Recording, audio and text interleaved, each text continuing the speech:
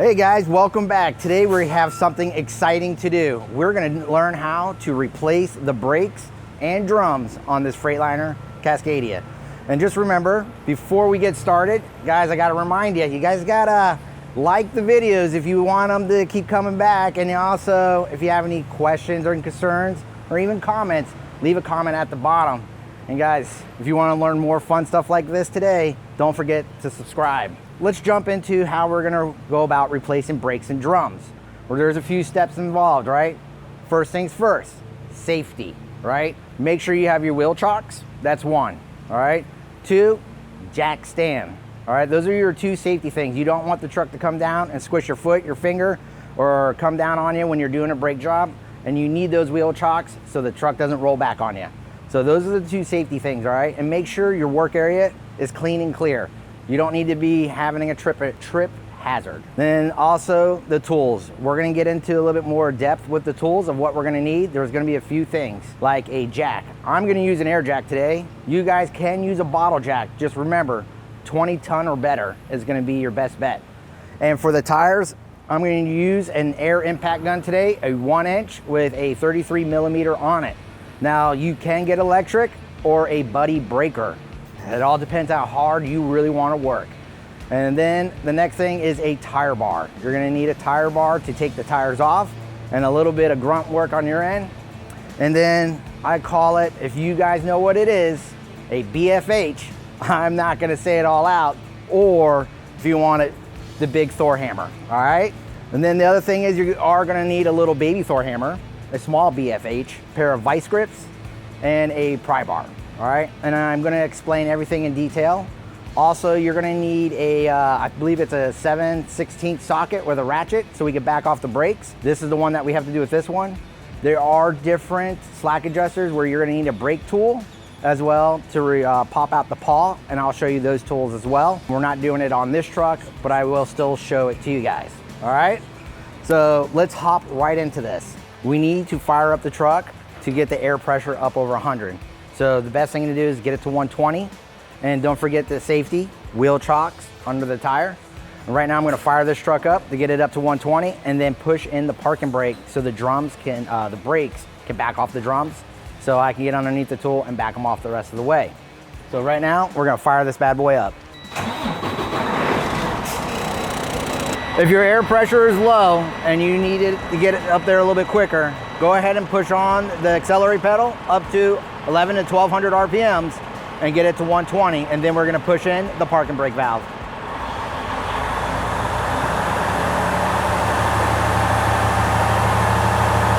All right, now that I got the pressure at 120, I'm gonna push in the parking brake valve. If you guys not sure which one that is, it's gonna be the yellow one for the tractor, not the one for the trailer. All right, and then go ahead and turn your truck off. So we're actually gonna do the brakes on this left rear drive axle. And where I lift this up from is I lift it from the pumpkin, the differential right in the middle. And then I'm gonna slide the jack stand under the axle that I'm gonna do, which is gonna be this left rear drive axle. And like I said, use a 20 ton. I'm using a 22 ton, but 20 ton, you can use it to lift up the truck.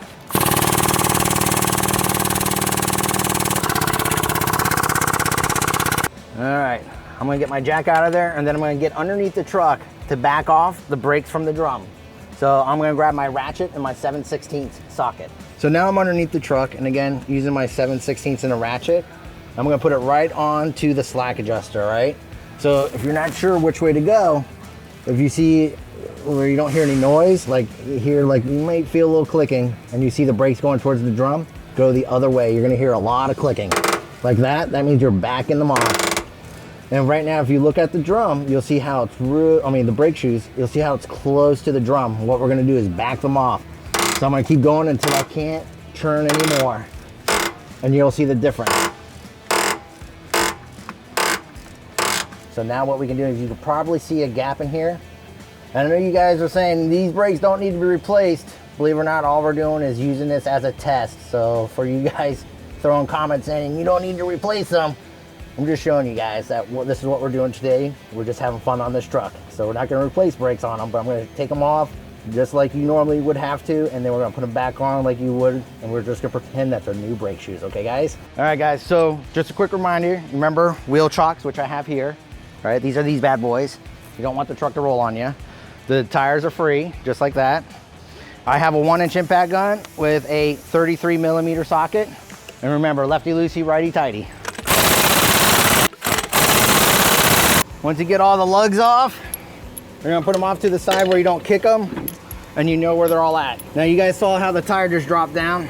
It doesn't do that all the time. So you may have to use your big BFH, AKA Big Thor. So you would get your big hammer, get in the position where you can hit on the inside of the tire so it can come off like this, all right? Once it pops forward, then all you gotta do is go back towards the front, push it up, so it's free. All right, now taking them off, for me, the easiest way is put your butt and your arms and lift up just like so, all right?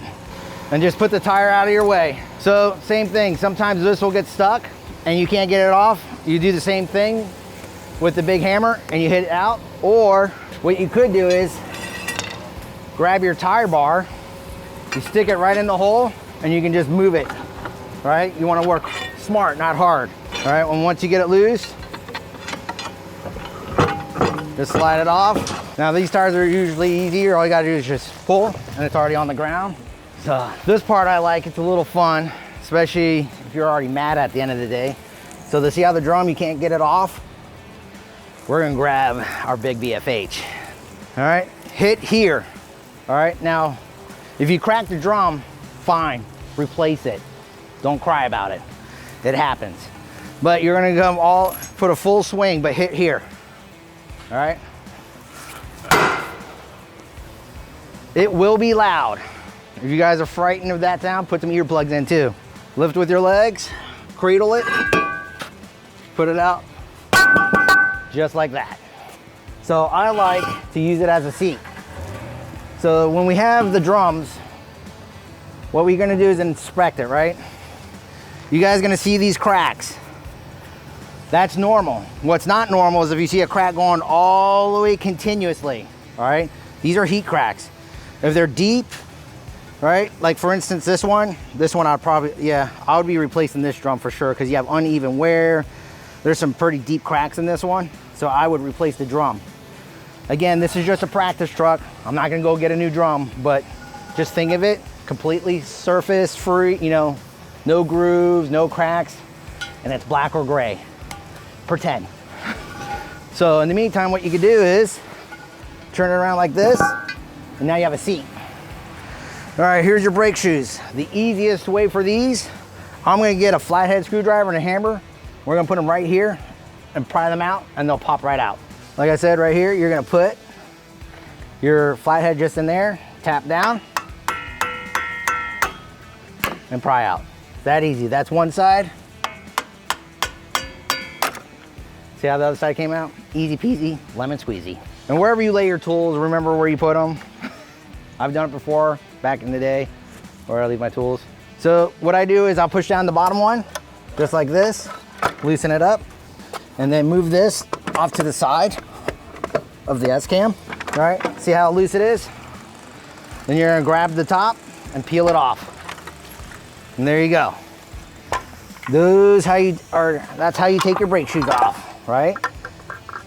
This is a good time to check if you have a wheel seal leaking. If you see it wet, then there's furthermore, but this is pretty dry. We like that. Here's your ABS sensor, right? Dirty.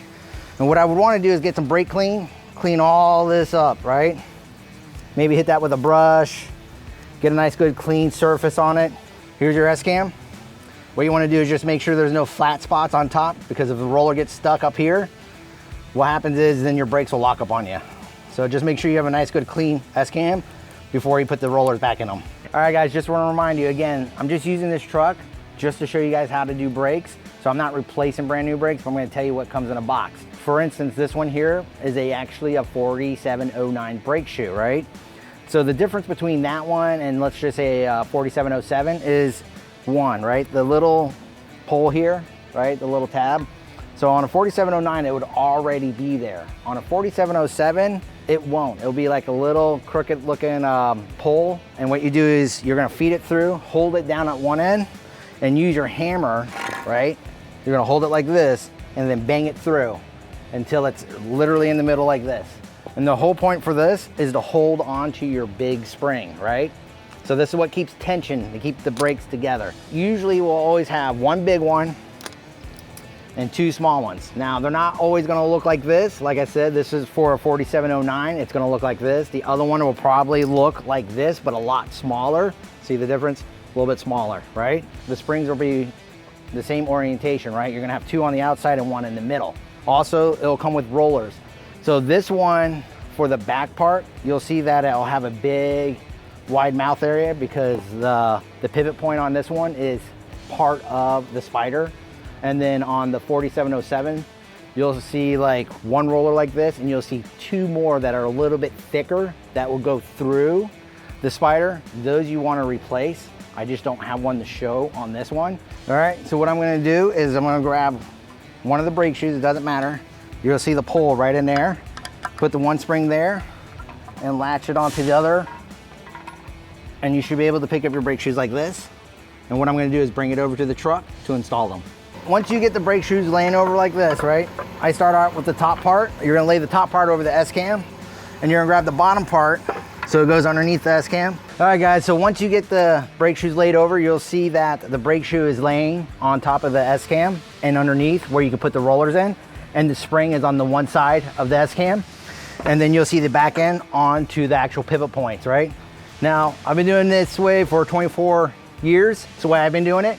I know some of you guys may say, hey, there's an easier way. If there is, you know what? I don't mind learning. I love learning new stuff. Drop me a video, I'll watch it. But this is the way I'm gonna do it. I'm gonna show you my way, and then if we can improve on it, I'm all ears. So the next thing I'm gonna do is I'm gonna go down to my knee, right? And then I got my two springs, right? So once I get the spring on, this is where I get my vice grips. I think I had it prepared at one point.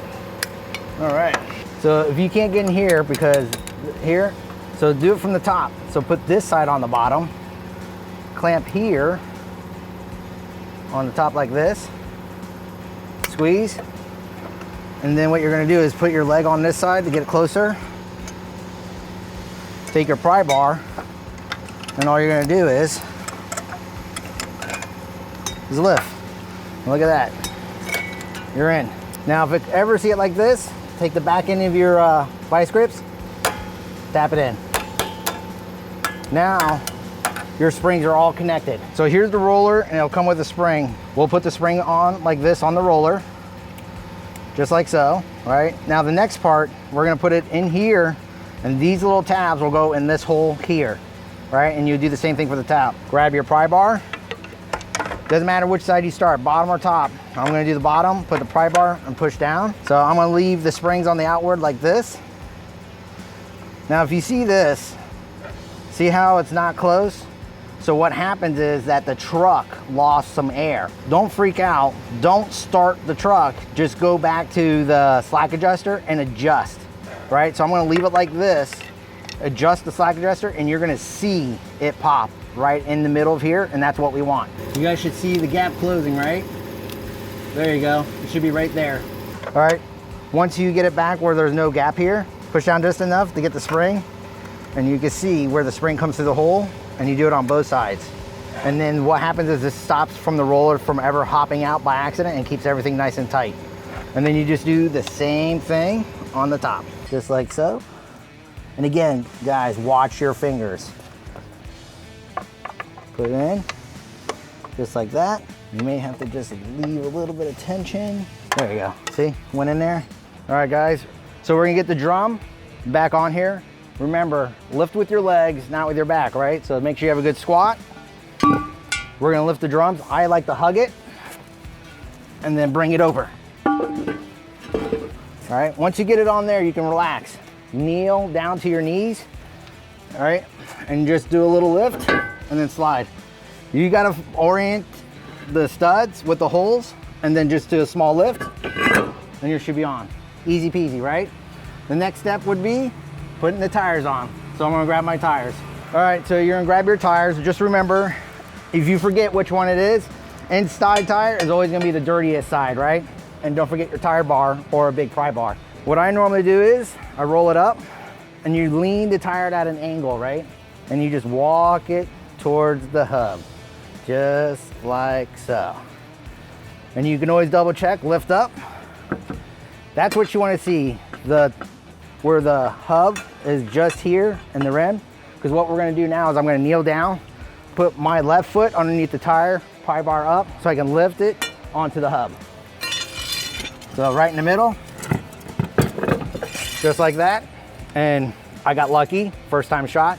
Once you have the studs light on, you just put your knee here, tilt, and all you wanna do is just get it flush. I put both knees, push in, there you go, right? Now the next one, we're gonna grab the outside tire. Now, I did say the wheel, but this one's a little dirty, but you saw the difference. The other one was a lot darker than this, and you do the same thing, you tilt it towards you, and you walk it, right? And what you wanna do is just like so. You'll see the rim just below the hub. Now here's the other thing, right? Look at your valve stems. You want them literally opposite from each other. You want them as close as opposite, right? I have this one on the bottom, I have valve stem on the top. And that's just so you can make sure you have your air connection. So before you put on your tire, make sure once you put it on that you can see the valve stem on the inside, because it's gonna suck if you have to take it back off just to realign it. But do it from opposite side from each other. Same thing, foot and lift and push, just like so. And then, remember how I kept the lugs out of the way? Look how convenient they are right next to me. And you just start putting them on.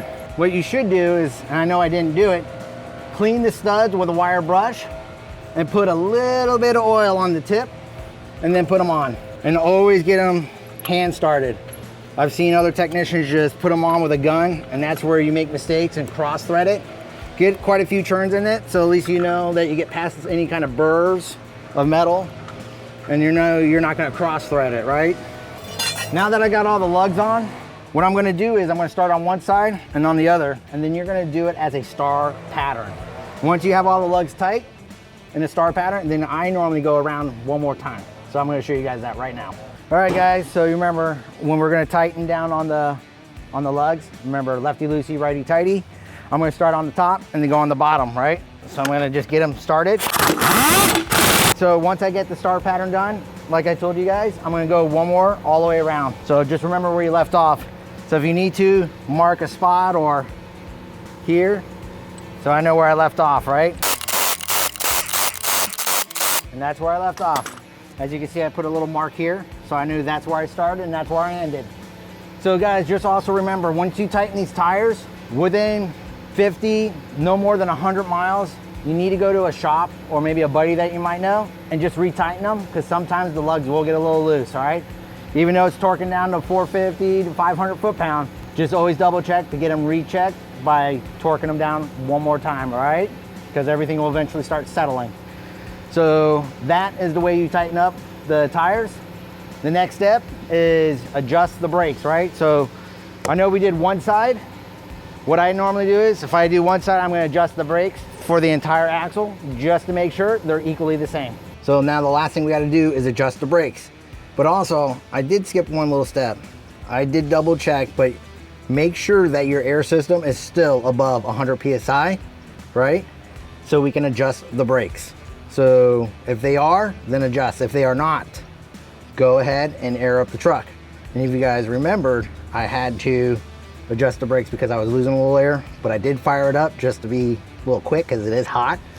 So we aired it up above 100. So it's at 120, and now I'm gonna adjust the brakes. What we're gonna do is make sure that the pad touched the drum all the way, right? And then I'm gonna back off a half a turn, all right? And I'm gonna do the same thing for the other side, so they're equally the same. You guys should see the brakes going in, where I can't do any more, and then a half a turn. And that's it. All right guys, so like I was telling you, for this slack adjuster, I was using a 7/16 socket and a ratchet. Your slack adjuster may not have it. You may need this tool, right? One is gonna be, it's gonna look like a square peg, right? And then it's gonna look like another one just nearby or off the side or on the back. Should look like a little disc, right? See the little fork? You put that in, it's called a pawl. You want that out so you can back off the brakes. All right, if you're adjusting them in, you really don't need it, but to back them off, you have to use this to pry it out and then use the other tool, all right? But this is the tool I wanted to mention that you may need for your slack adjuster when doing brakes. All right, guys, I know that was exciting. Nice weather like this, getting hot and sweaty and getting your hands dirty. So recap, right? Brakes and drums, you know, the fun tools, and remember, safety. If you guys like what you saw today, don't forget to pound that like button. If you have any questions or concerns of anything that you saw, guys, leave a comment at the bottom. And if you want to learn more about this and stuff coming your way, guys, don't forget to subscribe. I'll see you guys around at the next video.